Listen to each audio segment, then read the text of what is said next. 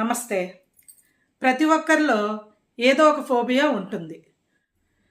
ప్రస్తుత కాలంలో ప్రపంచంలో చాలామంది మహిళలు టోకోఫోబియా అనే సమస్యతో బాధపడుతున్నారు.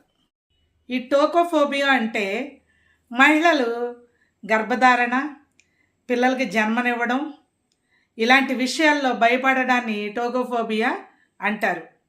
పూర్వం రోజుల్లో గర్భిణీ స్త్రీలు ఉమ్మడి కుటుంబాల్లో ఉన్నప్పుడు, లేకపోతే అమ్మమ్మ నానమ్మలు ఎవరో ఒకళ్ళు పెద్దవారు ఉండి, పెద్దమ్మలు ఇలా ఎవరో ఒకళ్ళు కూడా పెద్దవారు ఉండేవారు కాబట్టి వాళ్ళకి గర్భధారణ దగ్గర నుండి వాళ్ళు డెలివరీ అయ్యేదాకా వాళ్ళ యొక్క ఆ పెద్దవారి యొక్క అనుభవాలు వారు అన్ని రకాలుగా చెప్పేవారు. అంతేకాదు ఒక టైంకి అన్నీ తినడం, ఎర్లీగా తినడం, పూర్వం రోజుల్లో ఎర్లీగా తినేవారు కాబట్టి ఇప్పుడు కూడా వాళ్ళని తొందరగా తినేటట్టు తొందర పెట్టడం, మంచి నిద్రపోవడం, ఇలాగా రకరకాలుగా మంచి మంచి విషయాలు చెప్పడం అన్నీ చేస్తూ ఉండేవారు. ప్రస్తుత కాలంలో అవి లేవేమీని. ఒంటరిగా ఎక్కడో ఎక్కువగా ఫారిన్ కంట్రీస్లో ఉండటమో, ఇక్కడున్న ఉమ్మడి కుటుంబాలు కాదు కాబట్టి ఒక్కరే భార్యాభర్తలు ఇద్దరే ఉంటారు కాబట్టి భర్త ఉద్యోగానికి వెళ్తే ఆ గర్భిణీ స్త్రీ ఆ అమ్మాయి ఒక్కతే ఇంట్లో ఉంటుంది కాబట్టి ఇప్పుడు ఎక్కువగా యూట్యూబ్లు, గూగుల్ ఇవి చూస్తూ ఉంటారు. అందులో ఏదైనా వాళ్ళు చూడకూడనివి ఏమన్నా చూస్తే ఆ భయంతో అదే మనసులో పెట్టుకొని రేపొద్దున్న నేను సరిగా డెలివరీ అవ్వగలనా, డెలివరీ అయ్యాక నా ప్రాణాల మీదకి ఏమైనా వస్తుందా, నేను మళ్ళీ జన్మనిచ్చి బ్రతుకుతానా, లేకపోతే పుట్టే బిడ్డ ఏ రకంగా ఉంటుంది, హెల్తీగా పుడతాడా, ఇలాంటి భయాలన్నీ పెట్టుకొని వాళ్ళు ముందు నుండి అదే సమస్యతో బాధపడుతూ ఉంటారు. దీన్నే టోకోఫోబియా అంటారు. అందుకే పెద్దవాళ్ళు ఉండటం వలన ఎన్నో విషయాలు తెలుస్తాయి.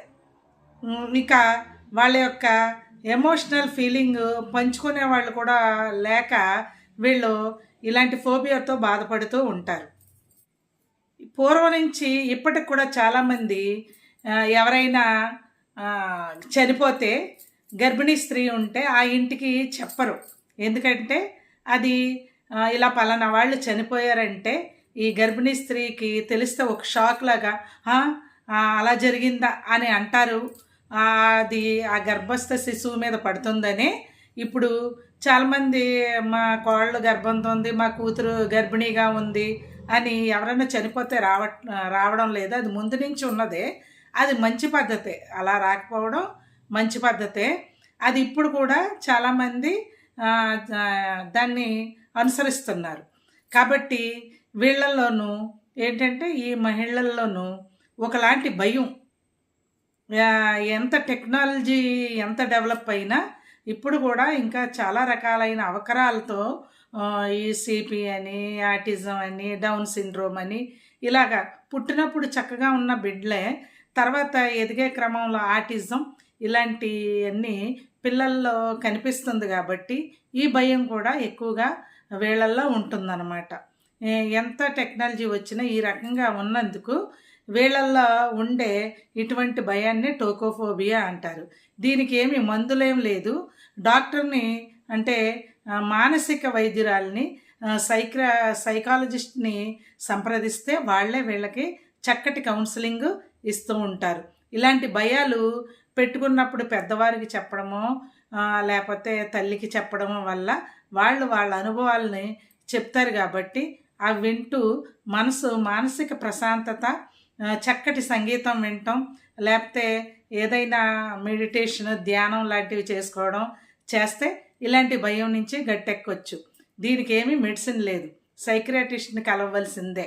కానీ చాలామంది సైకియాట్రిస్ట్ దాకా వెళ్ళరు. కానీ అదే భయం మనసులో పెట్టుకోవడం వల్ల అదంతా ఆ శిశువు మీద పడుతుంది. కాబట్టి దీని నుండి బయటపడాలంటే ముఖ్యంగా పెద్దవారి సహకారం తీసుకోవాలి. దాని ద్వారా దీన్ని అధిగమించవచ్చు. నా వీడియో నచ్చినట్లయితే సబ్స్క్రైబ్ చేయండి, లైక్ చేయండి, కామెంట్ చేయండి. Thank you. నమస్తే.